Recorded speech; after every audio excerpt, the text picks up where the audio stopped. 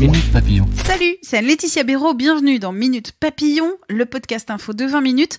En ce jeudi soir, 26 septembre, on revient sur le décès de Jacques Chirac ce matin et voir avec Anne Demoulin, journaliste au service culture de 20 minutes, comment l'ancien président est devenu une icône du cool. La génération d'aujourd'hui aime chez Jacques Chirac le fait qu'il incarne ce mythe de liberté des années 70 et 80. Quand Jacques Chirac est-il devenu une icône pour une jeune génération ?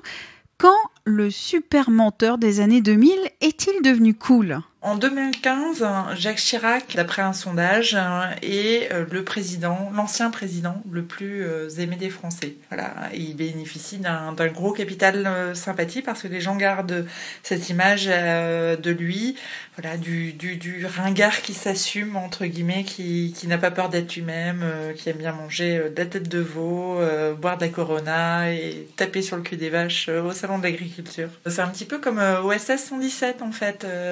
Et en même temps, il allie à ça une image un peu sur certaines photos. Il avait vraiment une très belle allure, un peu à la Mad Men, avec des costumes impeccables. Il est dans une espèce de contradiction. C'est à la fois un bourgeois, parce que c'est ce qu'il est. Il est énarque, enfin voilà, il a plein de caractéristiques. Et en même temps, voilà, il est tout aussi à l'aise avec la reine d'Angleterre qu'avec le fromager du coin. Et c'est ça la force de Jacques Chirac. Et quel est le média qui a consacré Jacques Chirac en tant qu'icône du cool ? Alors en fait, au départ, tout part d'Internet, avec notamment un premier Tumblr qui est créé en 2011, qui s'appelle Fuck Yeah Jacques Chirac, qui compile toutes les photos de Jacques Chirac où il apparaît, de façon très cool. En train de sauter par-dessus le tourniquet d'un métro, en train de fumer une cigarette avec Simone Veil, ou encore tranquillement endormi dans un avion avec un masque. Donc tout ça participe, c'est la première étape qui va faire que il va apparaître comme un personnage cool, et ça va se multiplier ensuite avec des reprises toujours sur le web. Il y a chiracmachine.com qui est en fait une machine à citation, à punchline de Jacques Chirac, et elles sont nombreuses.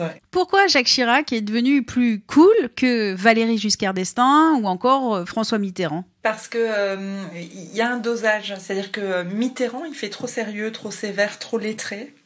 À l'inverse, Giscard d'Estaing, il apparaît comme trop franchouillard, trop accordéon, trop Puy-de-Dôme, voilà. Et Chirac, en fait, il a un petit peu des deux. Chirac, c'est celui qui est capable, d'être au salon de l'agriculture, mais c'est aussi un esthète capable de disserter pendant des heures des arts premiers. Donc, je crois que c'est dans cette contradiction-là qu'il est le cool. Et il apparaît aussi,